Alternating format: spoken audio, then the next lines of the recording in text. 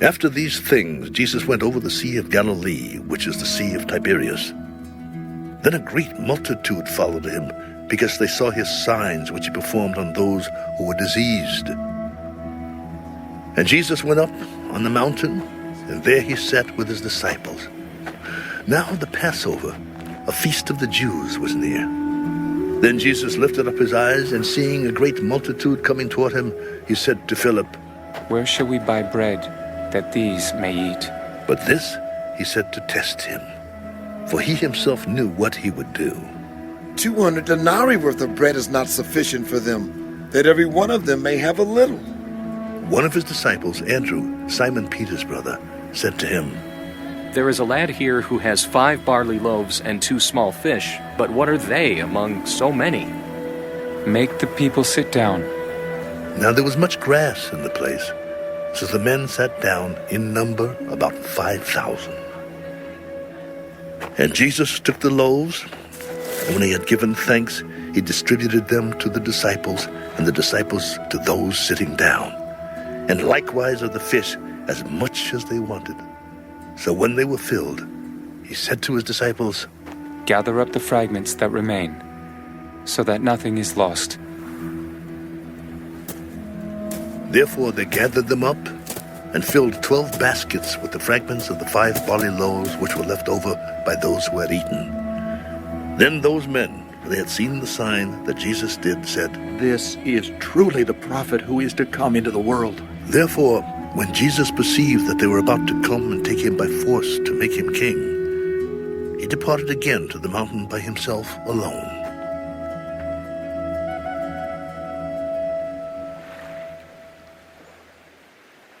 Now when evening came, his disciples went down to the sea, got into the boat, and went over the sea toward Capernaum. It was already dark, and Jesus had not come to them.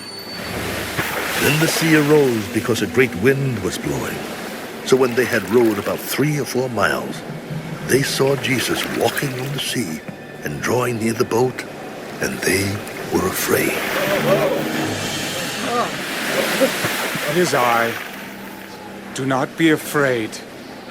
Then they willingly received him into the boat, and immediately the boat was at the land where they were going. On the following day, when the people who were standing on the other side of the sea saw that there was no other boat there, except that one which his disciples had entered, and that Jesus had not entered the boat with his disciples, but his disciples had gone away alone. However, other boats came from Tiberias near the place where they ate bread, after the Lord had given thanks. When the people therefore saw that Jesus was not there, nor his disciples, they also got into boats and came to Capernaum, seeking Jesus. When they found him on the other side of the sea, they said to him, "Rabbi, when did you come here?" Most assuredly, I say to you, you seek me, not because you saw the signs, but because you ate of the loaves and were filled.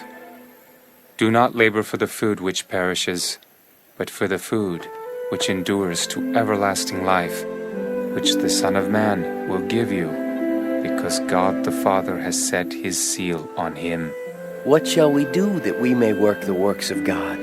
This is the work of God, that you believe in him whom he sent. What sign will you perform then, that we may see it and believe you? What work will you do? Our fathers ate the manna in the desert, as it is written, He gave them bread from heaven to eat. Most assuredly I say to you, Moses did not give you the bread from heaven, but my Father gives you the true bread from heaven. For the bread of God is he who comes down from heaven and gives life to the world. Lord, give us this bread always. I am the bread of life. He who comes to me shall never hunger, and he who believes in me shall never thirst.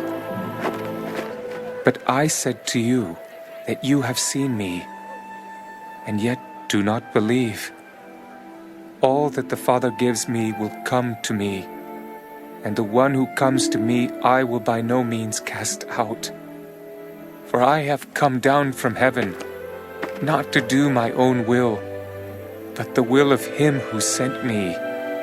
This is the will of the Father who sent me, that of all he has given me, I should lose nothing, but should raise it up at the last day.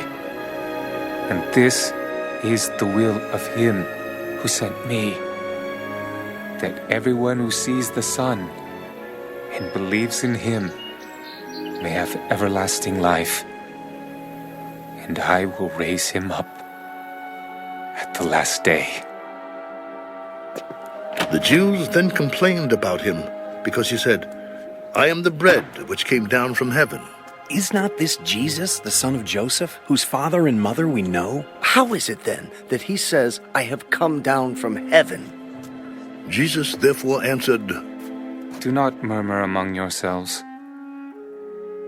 No one can come to me unless the Father who sent me draws him, and I will raise him up at the last day. It is written in the prophets, and they shall all be taught by God. Therefore everyone who has heard and learned from the Father comes to me. Not that anyone has seen the Father except he who is from God. He has seen the Father.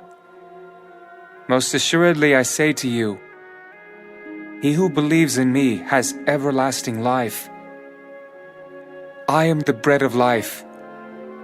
Your fathers ate the manna in the wilderness and are dead.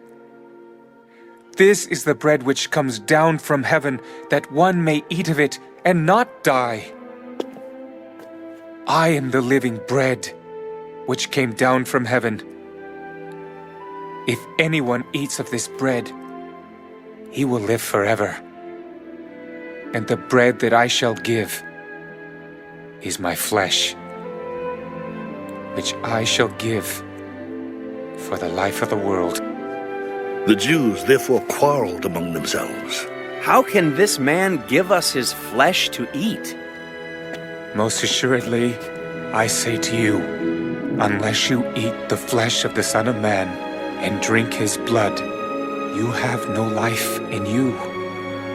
Whoever eats my flesh and drinks my blood has eternal life, and I will raise him up at the last day. For my flesh is food indeed, and my blood is drink indeed. He who eats my flesh and drinks my blood abides in me, and I in him.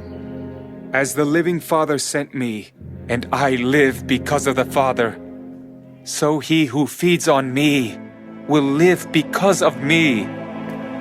This is the bread which came down from heaven, not as your fathers ate the manna and are dead. He who eats this bread will live forever. These things he said in the synagogue as he taught in Capernaum. Therefore many of his disciples, when they heard this, said, This is a hard saying. Who can understand it? When Jesus knew in himself that his disciples complained about this, he said to them, Does this offend you? What then if you should see the Son of Man ascend where he was before? It is the Spirit who gives life. The flesh profits nothing. The words that I speak to you are spirit, and they are life. But there are some of you who do not believe. For Jesus knew from the beginning who they were who did not believe and who would betray him. Therefore I have said to you that no one can come to me unless it has been granted to him by my Father. From that time, many of his disciples went back and walked with him no more. Then Jesus said to the 12, Do you also want to go away? But Simon Peter answered him, Lord, to whom shall we go? You have the words of eternal life. Also we have come to believe and know that you are the Christ, the Son of the living God. Did I not choose you, the 12, and one of you is the devil?